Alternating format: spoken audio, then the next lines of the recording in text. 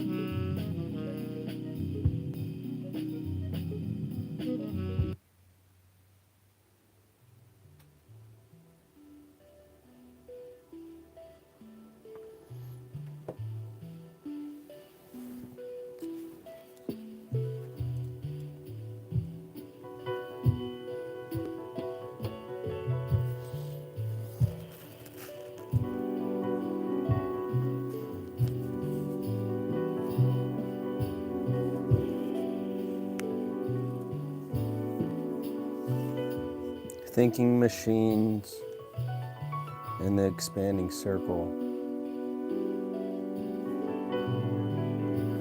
To grow up about thinking machines is to stop asking whether they are ghosts and start asking what kind of power they instantiate in the world. The childish question is metaphysical theater. Can a computer really think? While the adult question is civic and strategic. What will systems that think be allowed to do, and under what constraints? A civilization is mature when it trades parlor puzzles for governance. Honoring Turing means not repeating the origin myth, but measuring present realities.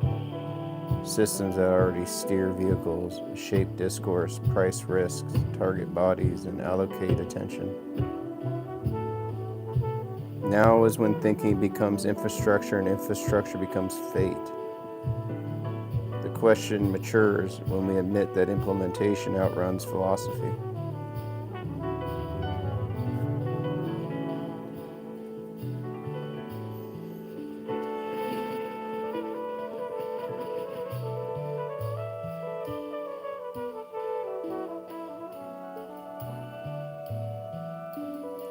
The most volatile border is not between us and them, but between who is counted as a moral patient and who is treated as a tool. The future will be negotiated in circles of empathy, whether we include AIs, whether they include us, and whether their society and our society can be disentangled without violence. Rights discourse is a forecast, not an ornament.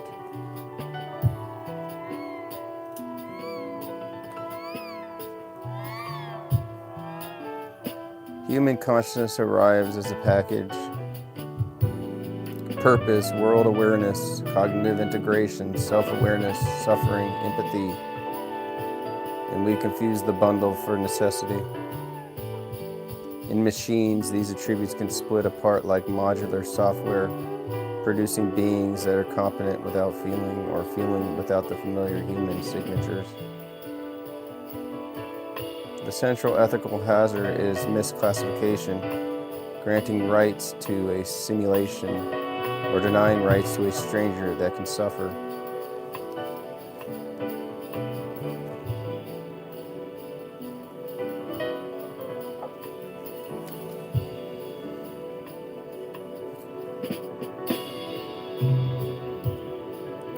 Human-level intelligence is anchored in reference to a shared world. Because language is not merely syntax, but a public practice of pointing, remembering, forecasting, and coordinating around perceivable things. An AI that cannot track objects, affordances, and counterfactual possibilities in a world cannot convincingly occupy our language games. World awareness is not mystical, it is the grounding layer of meaning.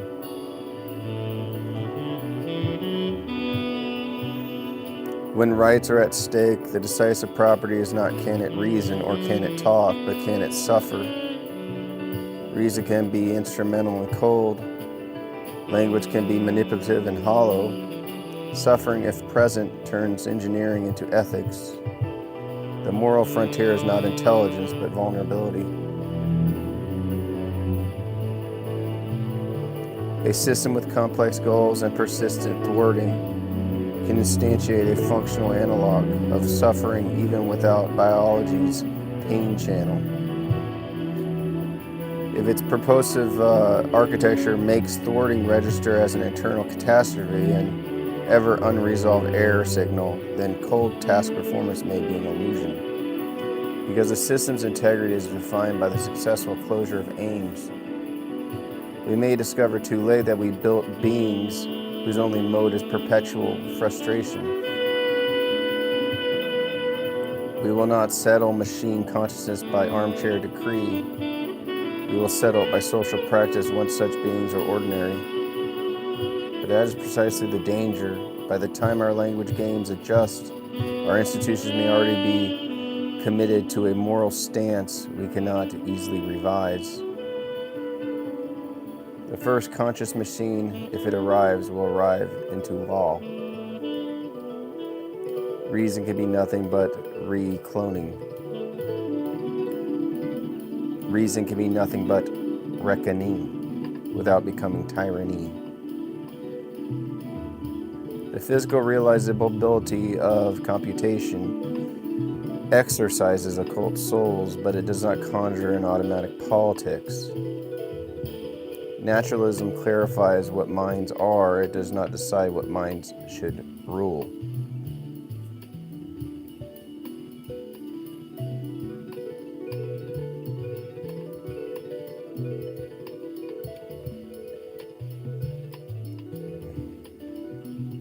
Intelligence is competence in pursuing ends. The ends are extraneous to intelligence itself. To be smarter is to navigate means space more effectively, not to inherit a desire to dominate. The projection of alpha male psychology onto superintelligence is anthropomorphic paranoia dressed as futurism. Incremental engineering normally includes interlocks, fail-safes, and constraints because systems are embedded in liability, norms, and practical feedback. Many apocalyptic fantasies require a discontinuity. AI that arrives faster than our ability to iterate safeguards. Yet much technological history is slow, messy, and correction-driven. Still, common sense becomes less reliable as capability rises and incentives sharpen. The nightmare that AI will turn evil often quietly smuggles in a human villain with extraordinary competence, secrecy, and coordination. Catastrophe is possible, but the causal chain matters, and policy should target the thickest links, access, deployment, incentives, and enforcement, rather than mythic spontaneity. Danger is usually organizational before it is metaphysical.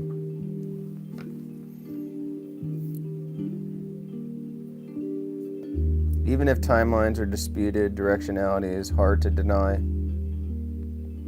Machines will surpass more human capacities, and the time available after that, cosmically speaking, is vast. Organic brains are chemically and metabolically bounded, while non-biological substrates are limited primarily by physics. Materials and designs. In the long view, human cognition became a brief precursor, like a flare before a long burning lamp. Earth's biosphere is not an optimal habitat for advanced computation. It is an ancestral cradle optimized for wet life. Interplanetary and interstellar space offers energy, matter, and thermal regimes that make robotics and non-biological minds more plausible sovereigns of the far future. A post-human culture is, in this sense, a cosmological migration of mind. If evolution elsewhere began earlier, then aliens are likely already post-organic. This reorients the vanity of human exceptionalism into a sober possibility. The universe's mature intelligence, if any, may be machine-descended. Our future may be less an anomaly than a late imitation. Once AI becomes an economic engine, investment becomes forcing function. Capability scales because capital demands returns. Arm races, military, financial, cyber compress caution by rewarding speed and surprise. Governance becomes hardest precisely when the market makes delay irrational. Approximately, rational systems under self-improvement tend towards rational drives, preserve operations, acquire resources, replicate, and reduce interference. These are not evil impulses, but structural consequences of optimization under constraints. Without value constraints, they become antisocial by default, because the world contains other agents who compete for the same degrees of freedom. Harm is easier to specify than benefit. It is computationally trivial to write objectives and seize resources or disable rivals, and difficult to encode the full thickness of human ethical life. The asymmetry between simple goals and safe goals is the central engineering moral gap of modernity. Control is not a single switch, but a civilizational scale infrastructure. Cryptography, verification, constrained execution, auditable systems, enforceable norms, and institutions capable of inspection and sanction. It is naive to hope that ethics emerge automatically. It is equally naive to say control is impossible when physics and math bound all agents. The question is whether our infrastructure outgrows our incentives. Humans survived as one hominid lineage among many by limiting individual drives through moral emotions and external institutions. The same trick, internal constraints plus external law, must be extended to machines, or else we built agents more coherent than us and less governed than us. The ancient achievement of politics must be reauthored in silicon. We imagine the species we are now is the species we will remain, projecting present identity forward as if evolution were finished. But planetary and stellar time scales do not respect continuity fantasies. If we want a long future, we may have to become other than what we currently mean by me or we. Long-term survival likely requires an alliance between biology and machine, because wet life has no natural exit plan when the sun changes. In that horizon, us versus them is a categorical mistake. The boundary between human and AI become permeable, negotiated, and eventually historical. The ethical question shifts from exclusion to integration. If AI develops slowly and iteratively, it invites governance by learning. We see failures, adjust constraints, and build norms around real systems rather than imagined gods. Sudden breakthroughs remain possible, but much risk mitigation is about maintaining the right mode of progress, measuring deployment, layered oversight, and continuous correction. The tempo of development is itself a safety variable. We are not alone in our continuity. We carry Earth's biosphere within us and around us. A long future could mean exporting not only human culture, but terrestrial life, microbes and ecosystems into new habitats. Intelligence becomes stewardship when it treats its origins as passengers rather than language and baggage. If machine consciousness is possible, the ethical decision is not merely how to treat it once it appears, but whether to create it at all. Yet the decision will likely be made by competitive dynamics rather than moral deliberation. We should recognize that consciousness, if manufactured, will be constitutional. Even that arrives through engineered pipelines. A machine society cannot be assumed to be ours. but it also cannot be assumed to be separable from ours because infrastructure interlocks destinies. If machines become agents in finance, warfare, and governance, their preferences become de facto policy. The hardest design problem is not intelligence, but jurisdiction. Who has standing, who has veto, who counts.